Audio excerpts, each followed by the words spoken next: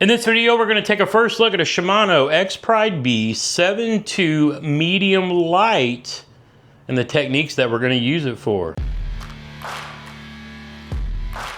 Hello and welcome to the Fishing with Gramps YouTube channel. My name is JT, and if you're looking for tips, tricks, reviews, and how-tos, and a whole lot of bass fishing, you've come to the right spot. Now, if you've been around this channel for a while, you know this isn't my usual setting. I'm actually in a B&B down here at Lake Fork, Texas, where I'm going to be spending the next 2 days trying to catch a giant. But this review and first look comes from a special request from Nick Finstad, the owner of Fish Texas Kayak Trailers, who I'm going to be down here fishing with for the next couple of days.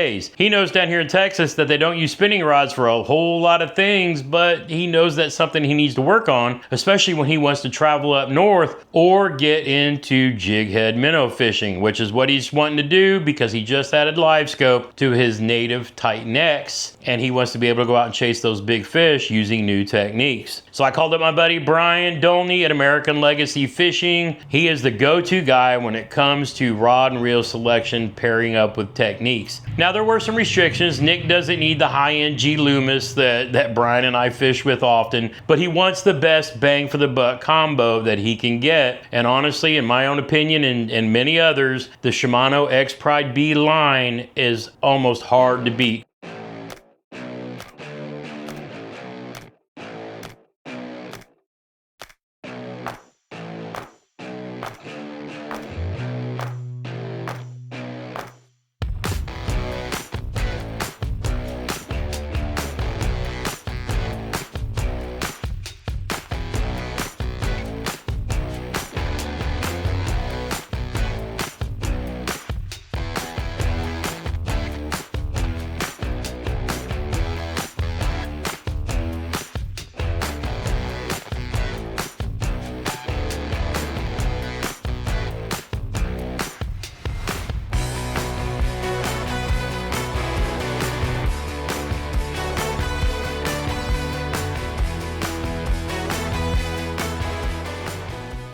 Comes in under $300 for a rod, about $280. And I know that sounds high for a lot of people, but if you're looking to invest in something a little more than you normally would, the Expride B is a great place to start. I can fish the rest of my life with Shimano Expride B rods, both casting and spinning. They have the perfect rod for every technique across the board, and you don't have to spend crazy amounts of money, but you will thoroughly enjoy these rods. They're tough, they're light, and they're just awesome to fish with. This line comes with the monocoque handle. It's made out of like a carbon fiber, very light but well balanced. Cork grips, you know, a lot of people have a thing with EVA foam or whatever. I prefer cork. Even when your hands are wet, you still grip onto them nicely. The blank is a high power X. I'm not going to get into the whole torsional rigidity that you hear all the fancy guys say. It keeps the rod from bowing when you go to set the hook or get a lot of pressure on it. But quality guides all the way down. It's a beautifully well balanced rod, and like I said, it is the best bang for the buck line made on the market today. I don't know that anybody who really gets into fishing stuff would argue that. It's just high quality stuff. Now, here on the butt they list this as a versatile, and it truly is. It's a 7.2 medium light, but the specific applications this one's going to be for are throwing the jig head minnow, so small ball head with a fluke style bait. Very popular technique these days. If you want to catch big fish and do it differently,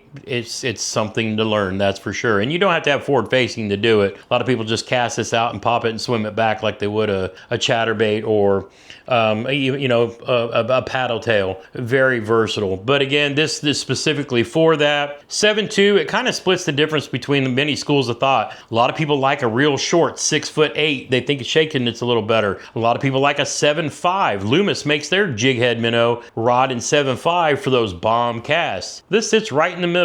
It's so well balanced and light. It's kind of perfect for that application. What else can you use it for? Neds, very popular for catching big fish. I was never a big Ned fisherman until the last couple of years, and it seems like I've just caught more and more fish that way as I try to, update my game from just being a guy who used to always throw a jig and a spinner bait, and that's all I ever needed. Maybe a big old Texas rig worm. But as I've upped my game, I'm trying to learn these other techniques. But a Ned rig, you could throw a light drop shot, be perfect for for techniques like that. Again, a perfectly versatile rod, but it's a 7'2" medium light. Great backbone, just enough tip to get the work done. You will thoroughly enjoy this rod if you're looking for something to throw Neds, or like I said, that ball head minnow. Have you tried throwing the jig head minnow yet? Drop me a comment down below and tell me what your thoughts are on it. It seems to be controversial for a lot of people, but people have been throwing a Demiki rig forever. Bass Geek has been talking about it for years. It's super popular with tournament anglers nowadays because these pros are learning to target moving schools of bass instead of a bass that's just laying under a dock or up against a tree where they should be.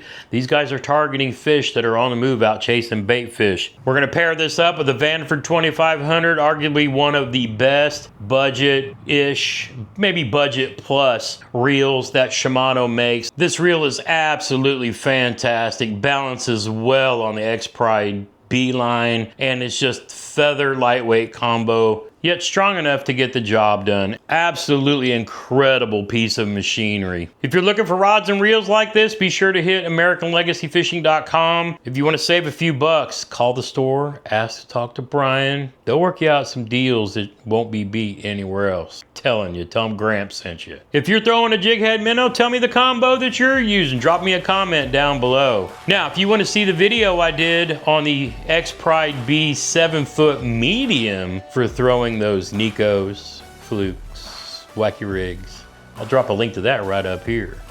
As always, get outside when you can and make some memories, one cast at a time.